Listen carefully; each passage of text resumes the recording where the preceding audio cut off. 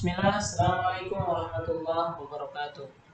Alhamdulillah, salatu wassalamu ala rasulillah wa ala alihi wa ashabihi wa man tabi'ahum bi ihsanin ila yaumil qiyamah, amma ba'du. Anakku sekalian, rahmati Allah subhanahu wa ta'ala, kaifa halukum?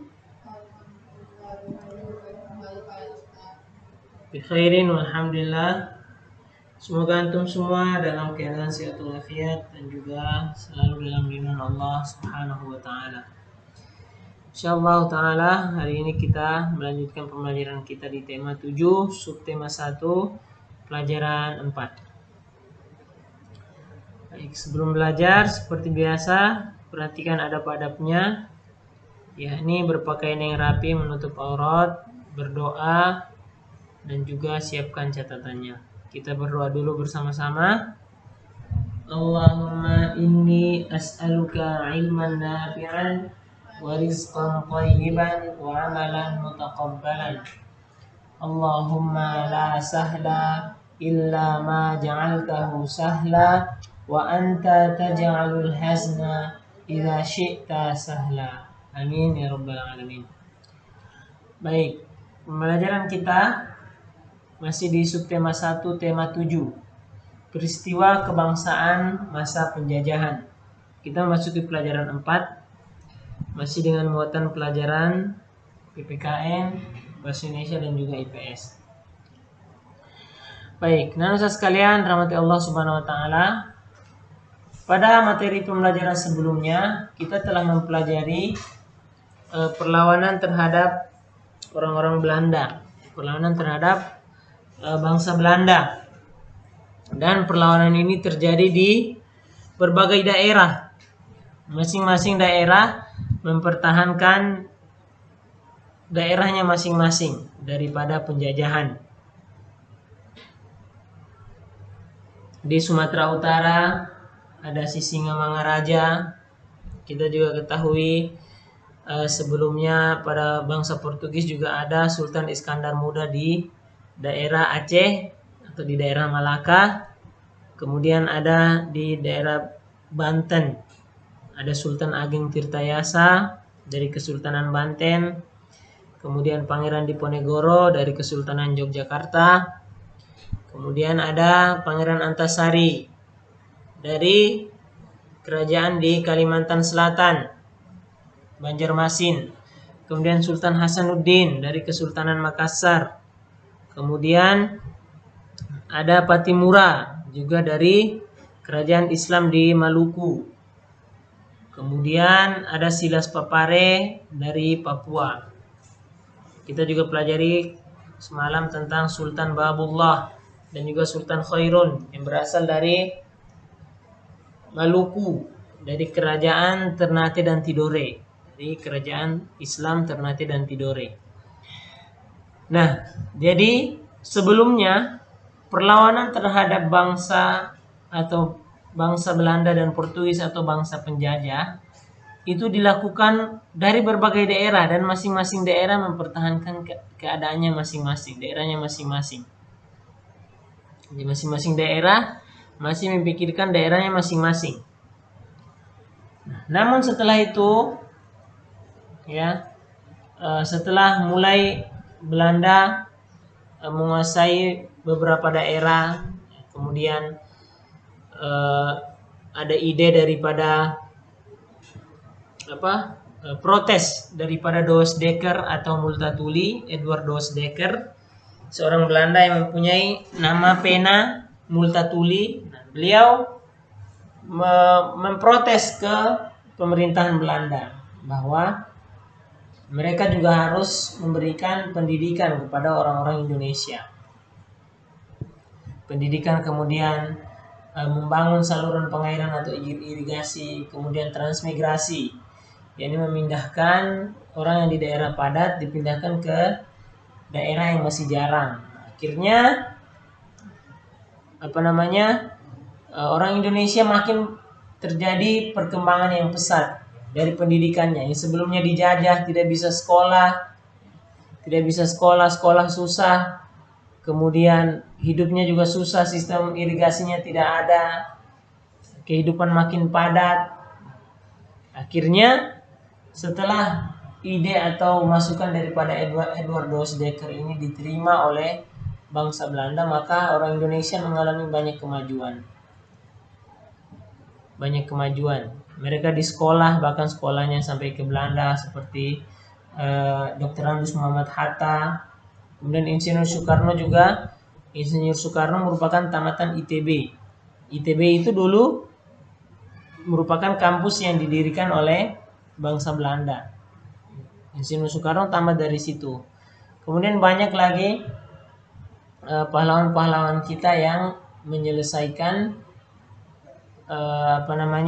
menyelesaikan pendidikannya di sekolah-sekolah Belanda, seperti Dr. Sutomo dan juga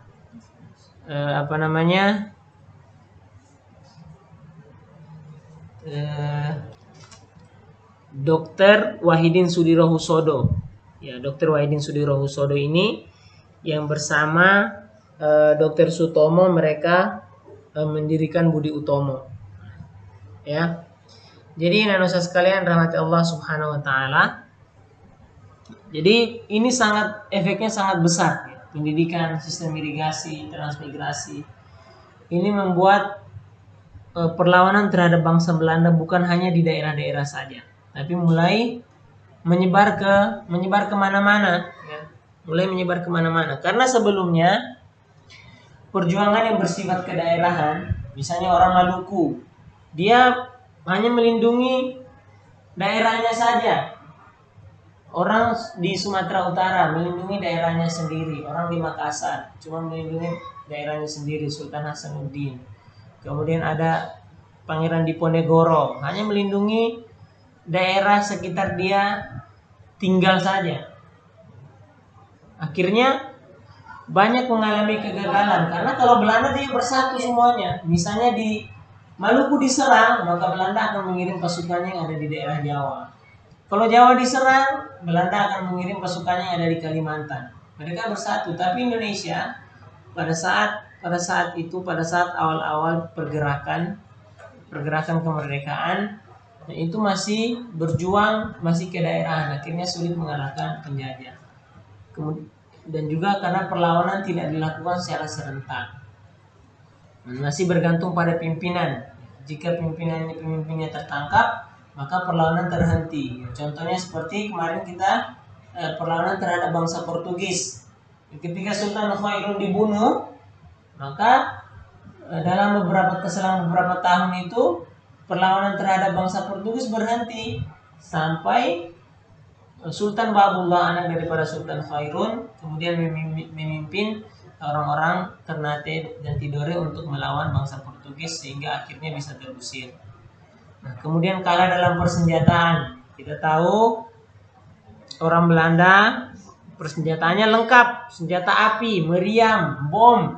Kita pakai pedang, panah, kemudian bambu runcing atau alat-alat yang lain. Ya, tentu kita akan kalah dalam persenjataan. Kita baru angkat parang, orang udah tembak kita. Kita baru mau ngambil anak panah, masukin ke busur, senjata udah 2-3 peluru udah di badan kita. Ini beberapa faktor. Kemudian faktor yang paling penting nih adalah Belanda menerapkan politik adu domba atau divide et impera. Divide et impera. Divide et impera ini adalah politik adu domba yang Ustaz juga sudah sampaikan di pelajaran semalam ya. Bahwa divide et impera. Nah, Belanda salah satu cara dia menguasai Indonesia adalah dia mengadu domba kerajaan yang satu dan kerajaan yang lainnya. Makanya kerajaan Islam khususnya di daerah-daerah seperti daerah Jawa itu banyak berperang melawan orang Indonesia sendiri. Karena Belanda menerapkan ini. Belanda mengatakan orang ini berkhianat, kerajaan sebelah ini dia tidak suka kepada pemimpinanmu, dia ingin merebut tahtamu, kamu serang dia, nanti kami bantu. Belanda kasih bantuan berupa senjata api dan macam-macam. Akhirnya kerajaan yang satunya dia menyerang kerajaan A, dia menyerang kerajaan B dengan bantuan senjata api daripada Belanda. Akhirnya dia menang. Nah, setelah dia menang, Belanda serang dia lagi. Dia sudah tidak ada yang mendukung dia lagi. Akhirnya kalah, Belanda menguasai semuanya. Ini salah satu cara Belanda dalam menguasai Indonesia, menghancurkan kerajaan-kerajaan yang ini dengan melakukan divide et impera atau politik adu domba. Jadi awalnya orang Indonesia sendiri diadu domba. Dan kita ketahui juga seperti kemarin sistem tanam paksa itu, pembuatan jalan dari Anyer ke Panarukan, itu juga uangnya tidak dibayarkan kepada orang Indonesia. Bayangkan, orang Belanda sudah bayar, uangnya diberikan kepada bupati. Namun ternyata bupatinya tidak memberikan uang kepada para pekerja. Sistem korupsi. Nah, inilah yang membuat negeri kita ini makin terjajah pada saat itu. Karena para pemimpin-pemimpinnya yang tidak adil dan juga serakah. Nah, berdasarkan kelima faktor di atas dan juga pengalaman-pengalaman tersebut, maka pemuda-pemuda atau kaum-kaum yang mereka sudah belajar itu, kaum-kaum terpelajar, mereka ingin berjuang dengan cara yang lebih modern, yakni menggunakan kekuatan organisasi. Jadi bukan hanya berperang saja, tapi harus pakai otak juga. Kalau pakai fisik aja, kita bakalan kalah terus. Akhirnya yang sudah diberikan pendidikan, yang sudah sekolah ini mereka pakai otaknya untuk melawan Belanda. Nah, ini karena lahirnya organisasi ini dikenal dengan Massa Pergerakan Nasional. Massa Pergerakan Nasional. Nah, saudara sekalian, masa pergerakan kebangsaan atau masa pergerakan nasional dibagi menjadi 3 masa. Ini yang pertama masa awal. Yang pertama adalah masa awal. Kemudian yang pertama adalah masa pergerakan nasional, masa awal pergerakan nasional, masa radikal dan juga masa moderat. Masa pergerakan nasional, masa radikal dan juga masa moderat.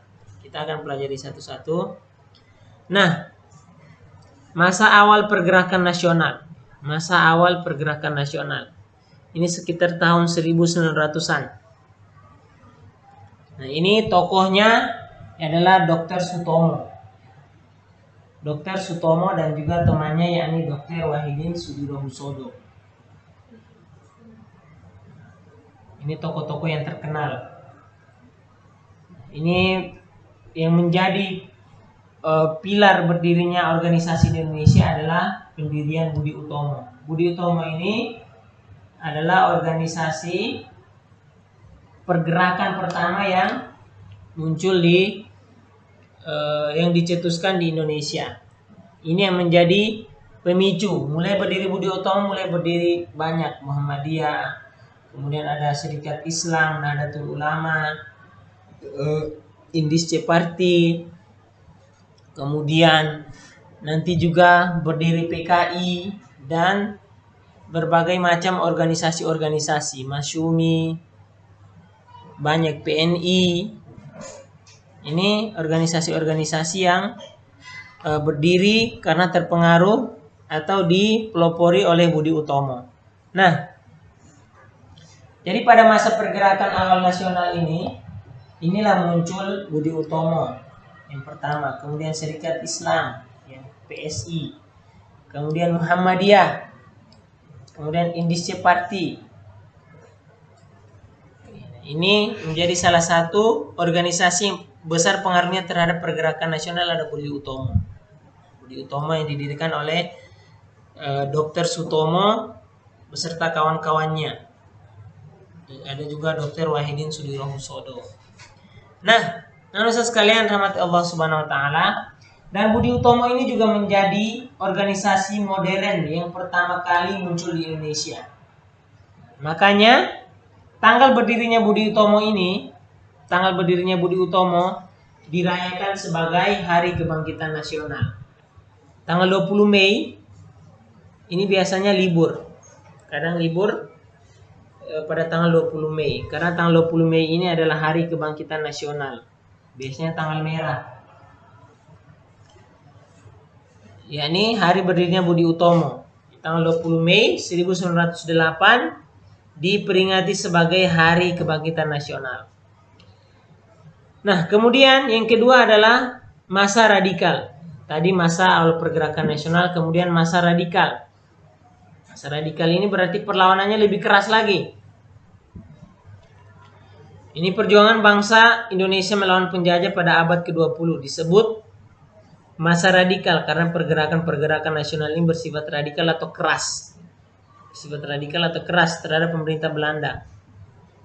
Mereka menggunakan asas non-kooperatif, tidak mau bekerja sama. Organisasi-organisasi yang bersifat radikal adalah PI, Perhimpunan Indonesia, kemudian PKI, Partai Komunis Indonesia, kemudian ada juga Nahdlatul Ulama, kemudian Partai Nasional Indonesia. Nah, ini partai-partai yang bahkan salah satunya Nahdlatul Ulama. Nahdlatul Ulama ini bahkan sampai didirikan oleh Kiai Haji Hasyim Asy'ari, dan bersama santri-santrinya mereka sampai berperang melawan Belanda. Banyak santri-santri daripada Kiai Hasyim Asy'ari rahimahullah, pendiri Nahdlatul Ulama, beliau bersama santri-santrinya ini mereka bahkan berperang, berjihad melawan orang-orang Belanda pada saat itu. Dan juga Kiai Hasyim Asy'ari rahimahullah, beliau juga merupakan salah satu daripada pahlawan nasional bersama pendiri Muhammadiyah, yakni Kiai Ahmad Dahlan rahimahullah. Nah, nanusa sekalian rahmati Allah Subhanahu wa taala, pada masa radikal ini muncul partai-partai yang juga keras-keras melawan Belanda. Salah satunya Nahdlatul Ulama. Nah, ini masa yang kedua, ini masa radikal. Masa radikal ini sudah semakin perlawanannya sudah semakin keras daripada tokoh-tokoh atau para pemuda Indonesia. Kemudian masa moderat. Masa moderat yang pada tahun 1930-an, organisasi-organisasi Indonesia mengubah taktik perjuangannya. Taktik perjuangannya diubah. Mereka mulai menggunakan taktik kooperatif, bersedia untuk bekerja sama dengan pemerintah Hindia Belanda. Organisasi-organisasi berhaluan moderat antara lain Partindo, PNI Baru, Partai Indonesia Raya, Gerakan Rakyat Indonesia, kemudian Gerakan Politik Indonesia.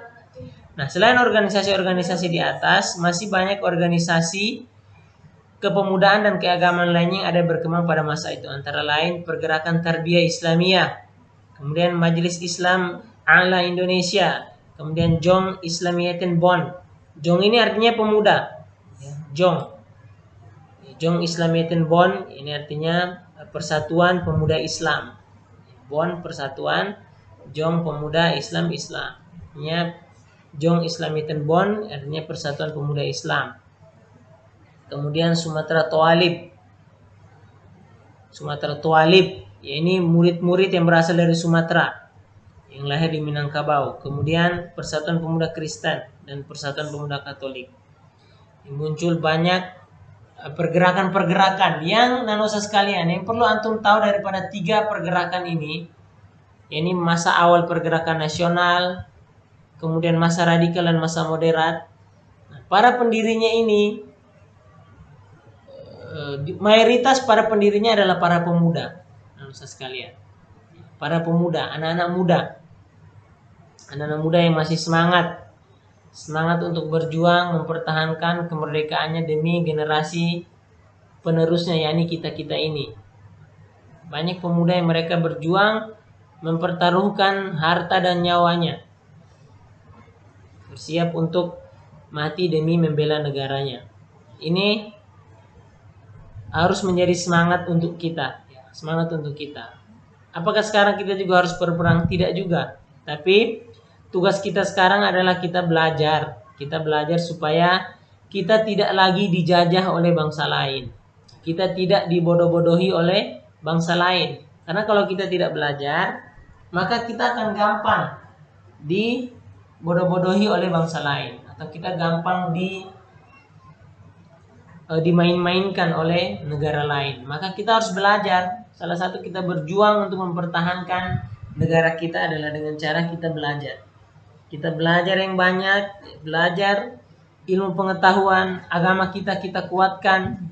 Agama kita kuatkan, insya Allah pengaruh-pengaruh luar tidak akan sampai masuk dan merusak bangsa kita ini, yang kita sama-sama cintai ini, yakni bangsa Indonesia. Nah, itu 3 masa awal: pergerakan nasional, masa radikal, dan juga masa moderat. Nah, kemudian masa sekalian rahmati Allah Subhanahu wa taala, perkembangan masyarakat Indonesia.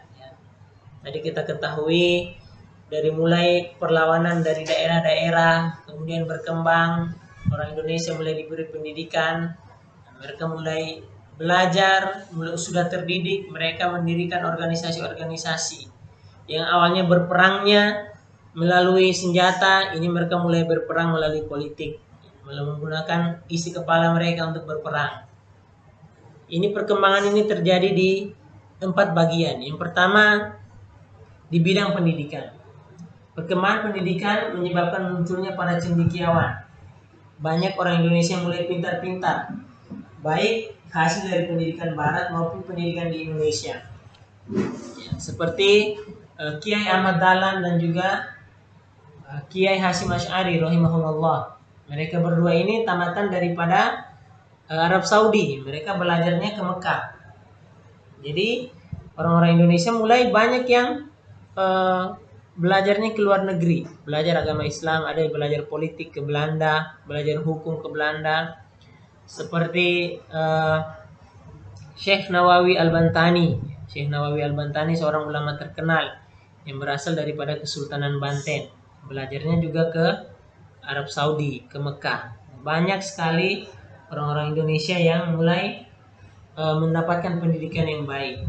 Kemudian para cendekiawan ini, orang-orang yang sudah belajar dan terdidik ini, mereka menjadi pelopor, mereka menjadi pemicu, pemberi motivasi dan pemimpin munculnya organisasi-organisasi pelajar dan mahasiswa untuk melawan penjajah, seperti Dr. Sutomo dan organisasi Budi Utomonya.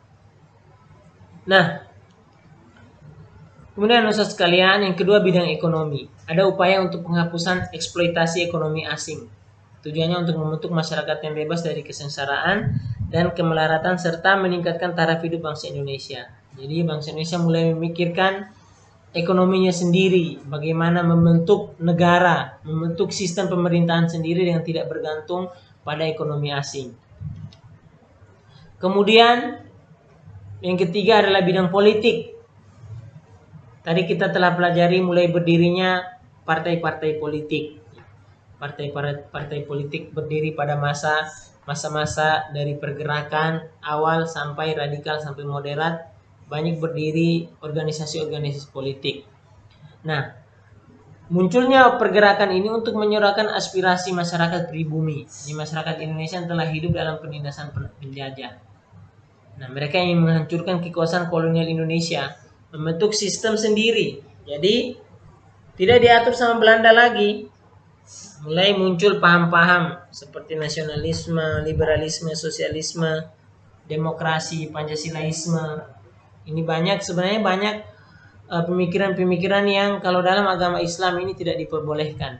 Banyak pemikiran-pemikiran yang menyimpang seperti liberalisme, kemudian komunisme. Mereka melawan Belanda, tapi pemikiran mereka malah merusak agama Islam sendiri. Nah, makanya banyak juga perlawanan terhadap pemikiran-pemikiran yang sesat ini. Nah, kemudian semangat nasionalisme yang pada masa itu digunakan sebagai paham atau ideologi bagi organisasi pergerakan. Salah satunya Partai Nasional Indonesia yang dipimpin oleh Insinyur Soekarno. Partai Nasional Indonesia yang didirikan oleh presiden pertama kita, yakni Insinyur Soekarno. Beliau juga mendirikan sebuah partai yang bernama Partai Nasional Indonesia. Nah, ini di bidang politik. Jadi banyak partai yang berdiri pada saat itu. Salah satunya Masyumi. Masyumi ini merupakan salah satu partai Islam yang cukup besar pada saat itu. Kemudian terakhir bidang sosial dan juga budaya. Jadi melakukan pembentukan identitas nasional seperti penggunaan nama Indonesia untuk menyebut nama negara kita. Dulu negara kita namanya bukan Indonesia. Dulu pada waktu masih dijajah belum tahu nama negara Indonesia. Orang di luar pun nggak tahu nama negara Indonesia. Orang tahunya dulu adalah namanya Hindia Belanda. Dulu namanya Hindia Belanda. Nah, istilah Indonesia ini diawali oleh seorang peneliti bernama J.R. Logan. Dan istilah Indonesia mulai populer sejak Sumpah Pemuda pada tanggal 28 Oktober 1928. Ini untuk mengembalikan budaya Indonesia yang awalnya sudah dirusak sama orang-orang Belanda. Nah, dengan peristiwa Sumpah Pemuda di halaman 51 antum bisa lihat di bukunya. Ini sudah pernah kita pelajari juga sebelumnya. Ini peristiwa Sumpah Pemuda ini juga merupakan salah satu rentetan kejadian atau peristiwa-peristiwa yang terjadi akibat daripada pergerakan-pergerakan nasional. Jadi para pemuda dari seluruh Indonesia mulai bersatu. Yang tadinya bersifat kedaerahan masing-masing mempertahankan daerahnya, sekarang mulai bersatu. Bersatu semuanya untuk menyelenggarakan Kongres Pemuda.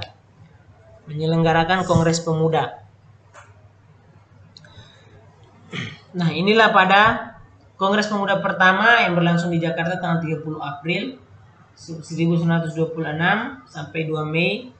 Nah, ini diikuti oleh semua organisasi pemuda seperti Budi Utomo tadi, kemudian organisasi Islam lain-lainnya, kemudian organisasi kepemudaan, semuanya berkumpul.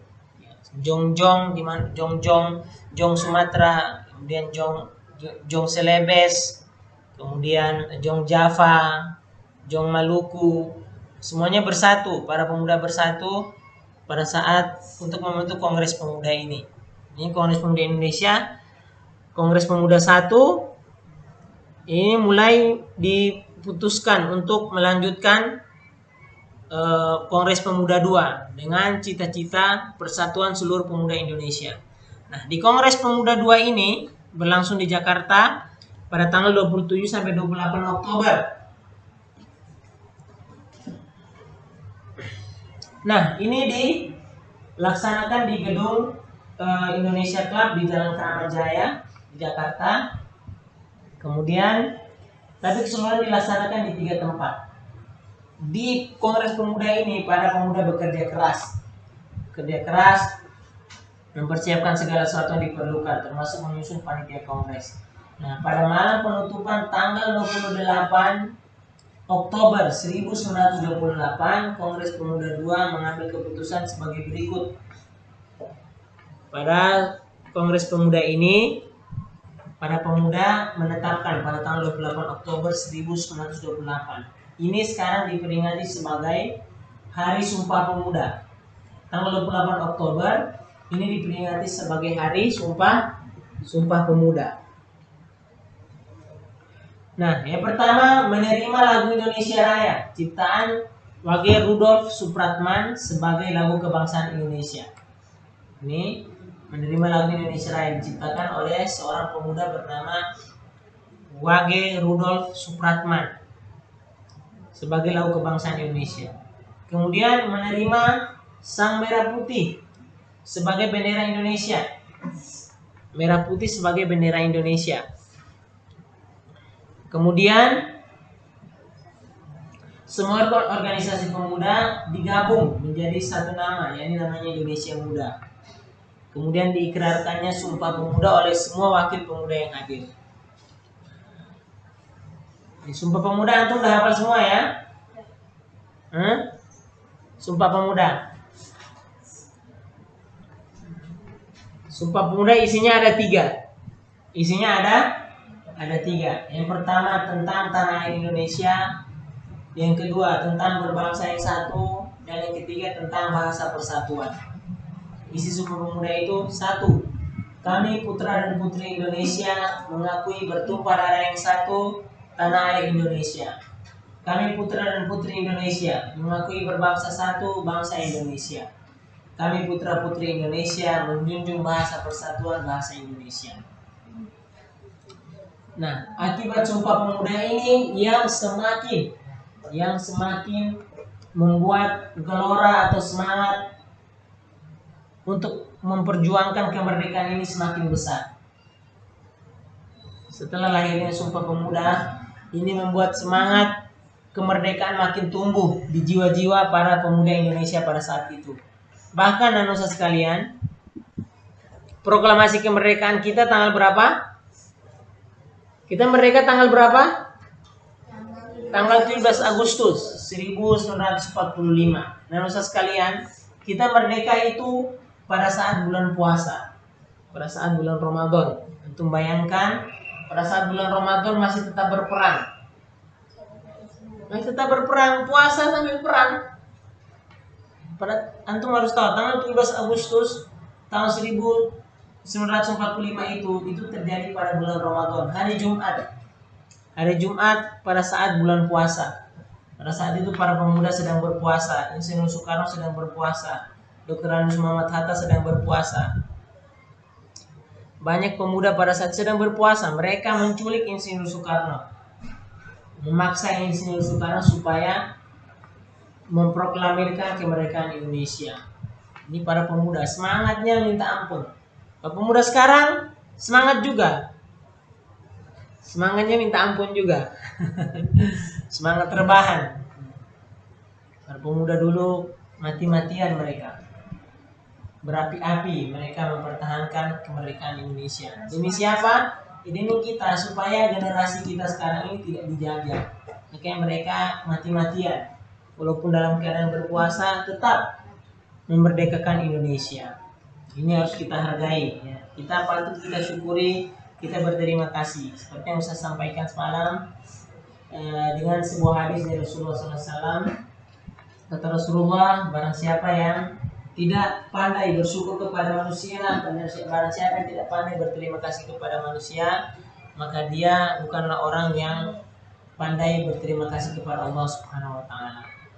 Harus kita mendoakan, bersyukur dengan cara mendoakan para pahlawan. Semoga mereka ditempatkan atau perjuangan mereka dinilai sebagai jihad fisabilillah dalam menegakkan negara Kesatuan Republik Indonesia.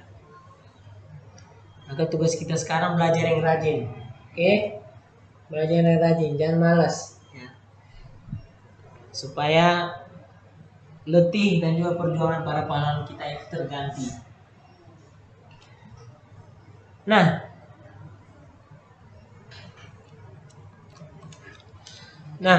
saudara sekalian rahmati Allah Subhanahu wa taala. Nah, seperti yang telah kita pelajari di Sumpah Pemuda sebelumnya, yakni salah satu isi Sumpah Pemuda adalah kami putra-putri Indonesia mengakui berbahasa satu, bahasa Indonesia. Itu poin ketiga dari isi Sumpah Pemuda tentang bahasa Indonesia, bahwa bahasa Indonesia dijunjung tinggi, menjunjung tinggi bahasa persatuan, bahasa Indonesia. Nah, dalam bahasa kita, bahasa Indonesia ini terdapat bahasa yang baku dan juga bahasa yang tidak baku. Terdapat bahasa yang baku dan juga bahasa yang tidak baku. Apa itu bahasa baku dan bahasa tidak baku? Sebelum kita masuk ke sana, sedikit penjelasan Ustaz sekalian, bahwa ya seperti juga Ustaz telah jelaskan sebelumnya, bahwa sebelum negara kita memakai nama Indonesia, negara kita ini bernama Hindia Belanda. Negara kita ini bernama Hindia Belanda. Bahkan dulu negara kita ini pernah mengikuti Piala Dunia. pertandingan Piala Dunia atau pertandingan bola antara seluruh negara di dunia. Pernah ikut sekali, tapi bukan pakai nama Indonesia, memakai nama Hindia Belanda. Nama Hindia Belanda. Orang dulu mengenal Indonesia dengan nama Hindia Belanda. Kata Indonesia ini mulai dikenalkan oleh seorang ilmuwan bernama J.R. Logan untuk menyebut kepulauan Nusantara dengan istilah Indonesia, dengan menggunakan istilah Indonesia. Nah, kemudian beberapa tokoh, para pemuda juga banyak menulis artikel tentang Nusantara dan menggunakan istilah Indonesia, tidak lagi menggunakan Hindia Belanda. Mulai para pemuda menetapkan nama Indonesia, puncaknya adalah pada saat Sumpah Pemuda. Puncaknya adalah pada saat Sumpah Pemuda. Ini mulai digunakan, ditetapkan Indonesia sebagai nama negara kesatuan kita. Ini dimulai dipakai, puncaknya adalah pada saat Ikrar Sumpah Pemuda. Sebelumnya dikenal dengan nama Hindia Belanda. Setelah itu baru istilah Indonesia makin populer setelah ditetapkan pada Ikrar Sumpah Pemuda. Nah, berbicara tentang bahasa baku dan tidak baku dan sekalian. Apa itu bahasa baku? Bahasa baku atau kata baku adalah kata-kata yang telah dibakukan istilahnya dan telah mengalami kodifikasi atau yang terdaftar dalam kamus.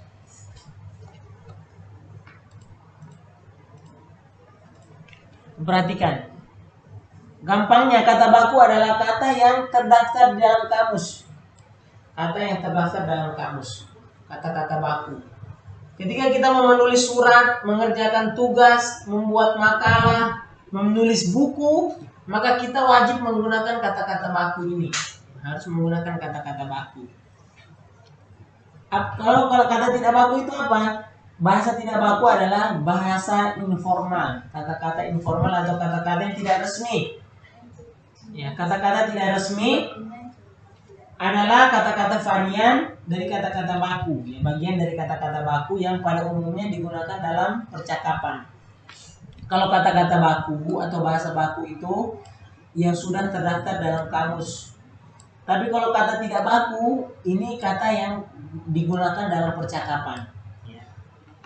Ingat, itu bedanya. Kalau kata baku, itu kata yang terdaftar dalam kamus. Kalau kata tidak baku, itu kata yang biasa kita gunakan dalam percakapan sehari-hari. Sehari-hari kita gunakan.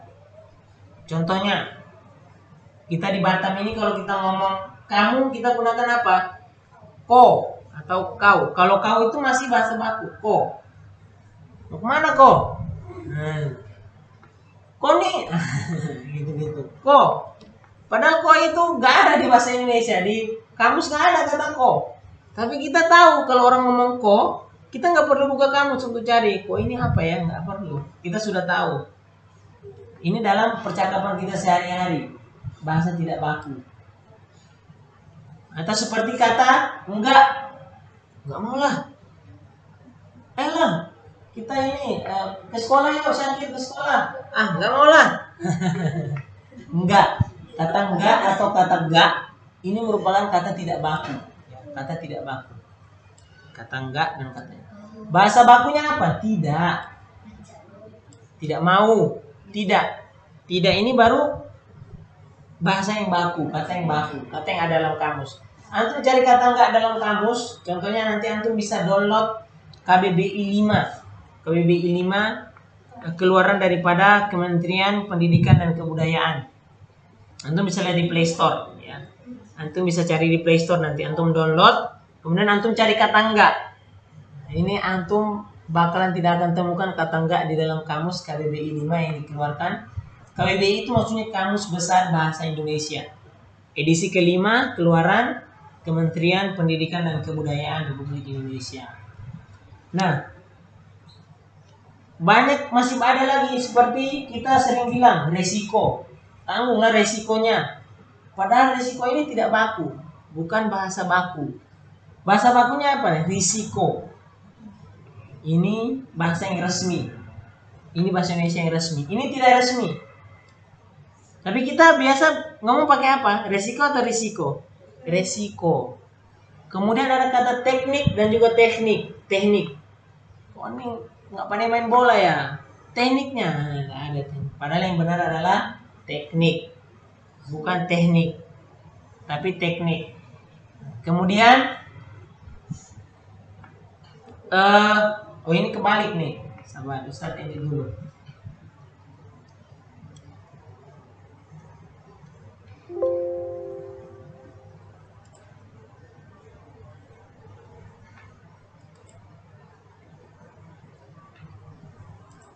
Betul ya, Fuan.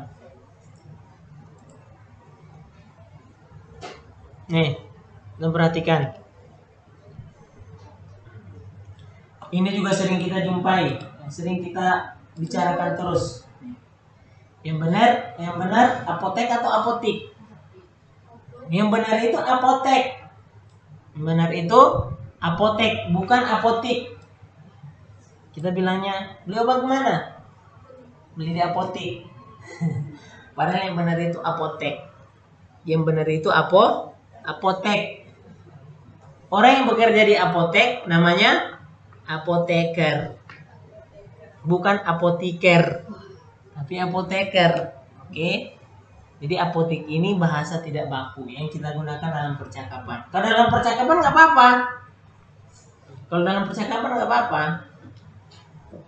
Kita boleh gunakan bahasa tidak baku, tapi dalam penulisan bagusnya kita menggunakan kata baku. Nah, ini yang paling sering, anak-anak sekalian, yang paling sering tidak disadari orang. Merubah, udah dirubah sama dia, udah dirubah.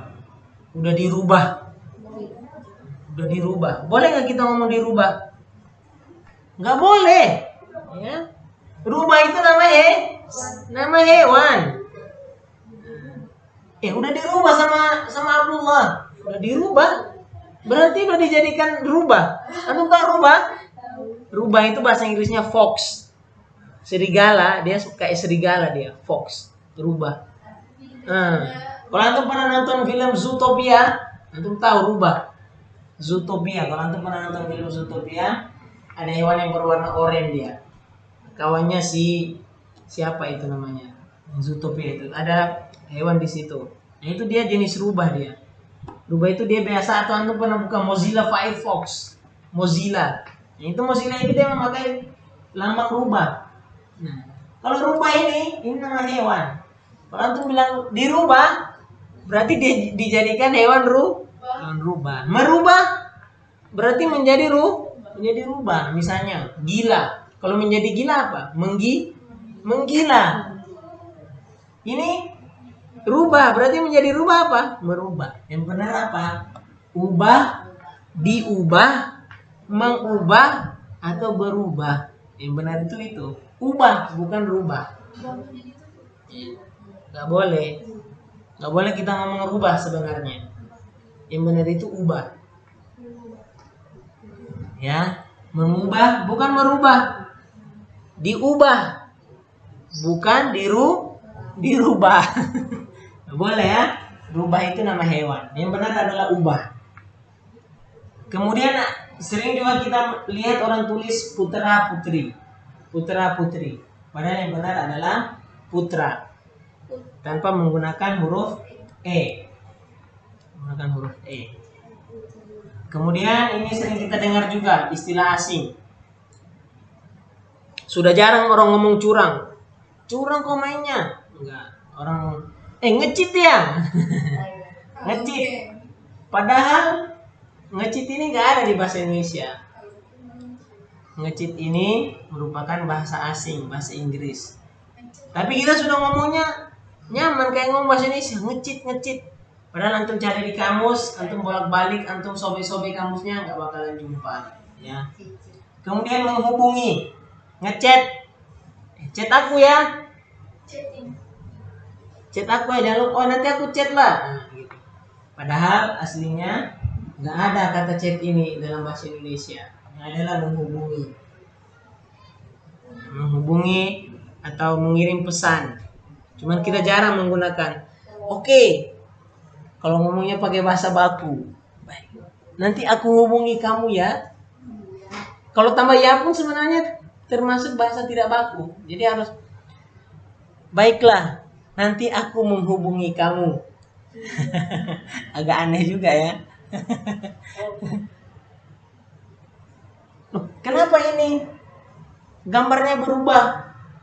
Itu sudah diubah oleh Syakir.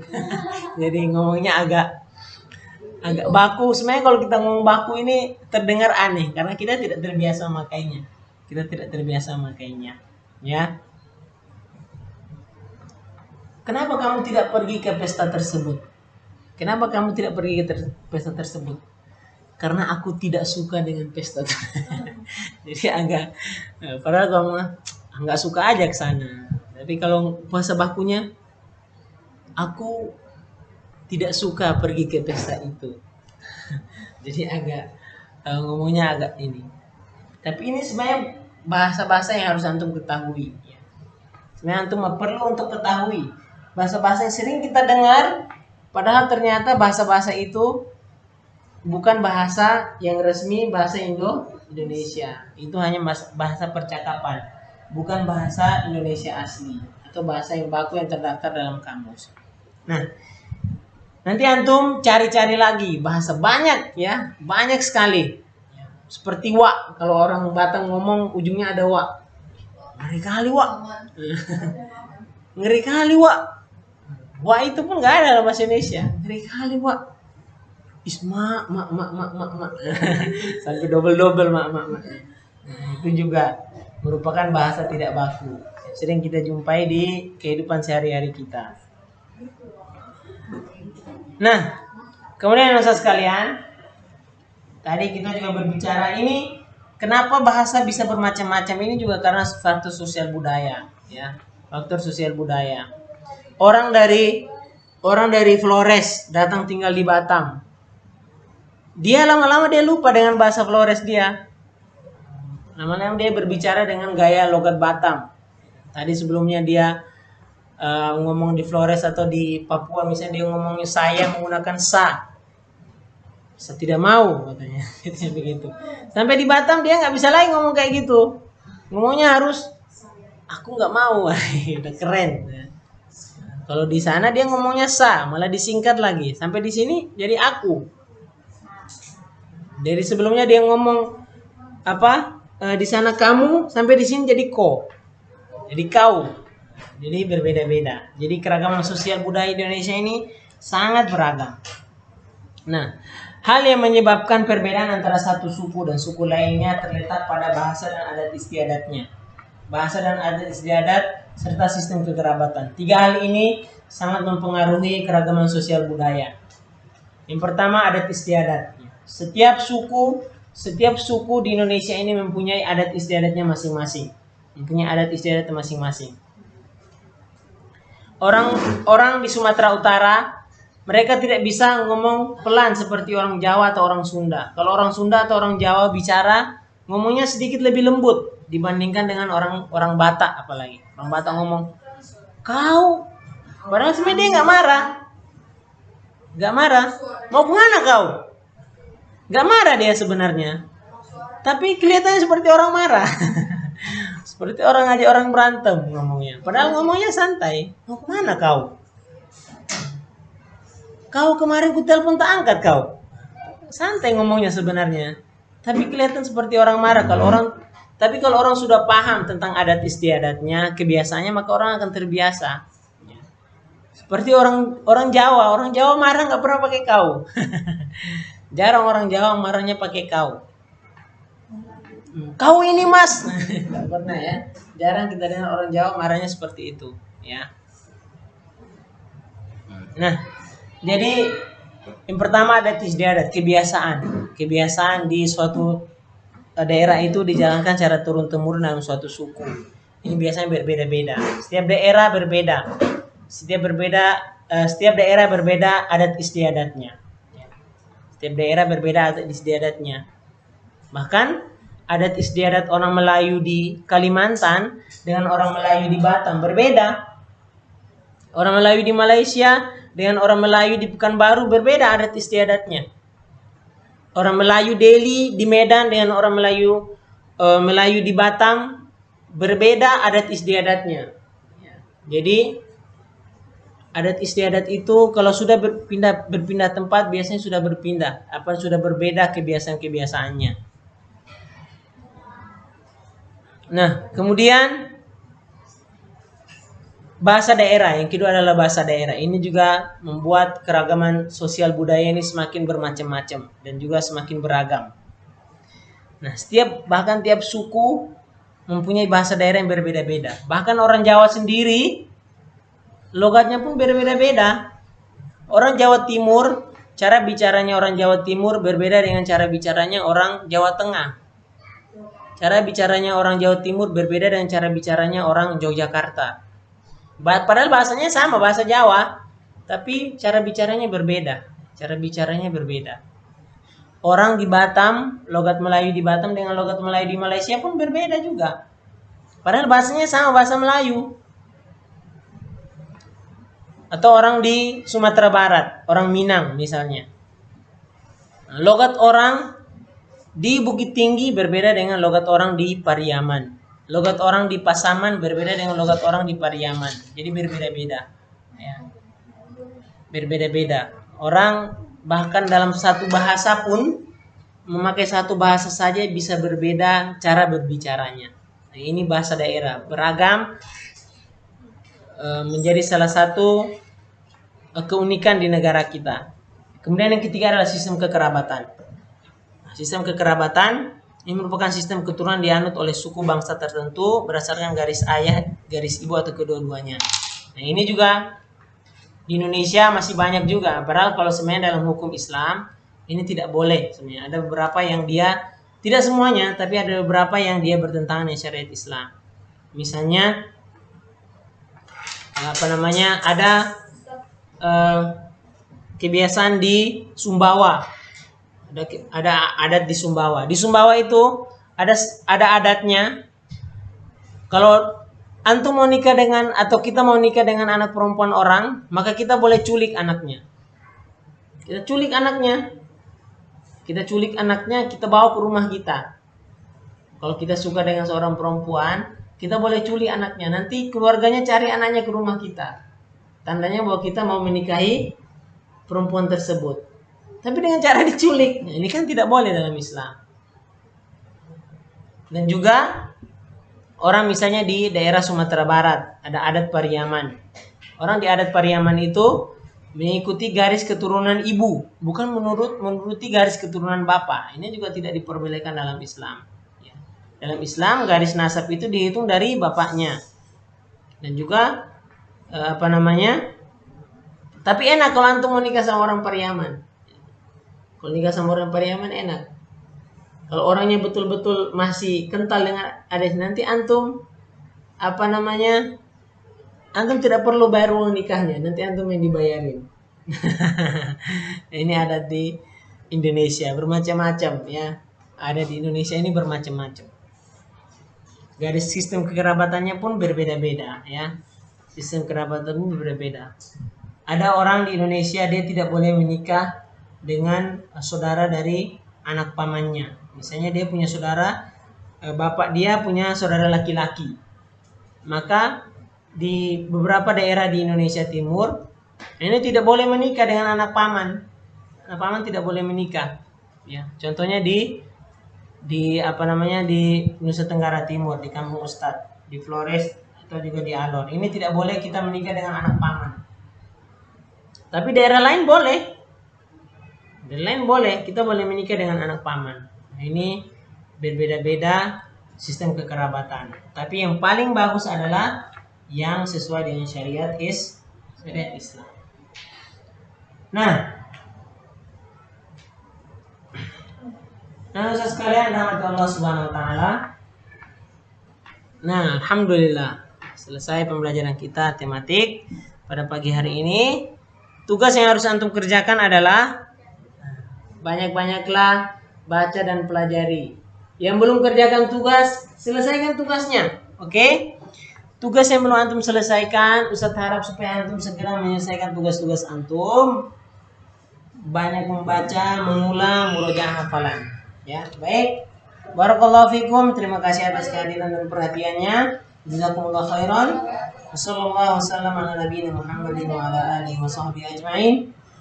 Subhanakallahumma wa bihamdika asyhadu an la ilaha illa anta astaghfiruka wa atubu ilaik. Assalamualaikum warahmatullahi wabarakatuh.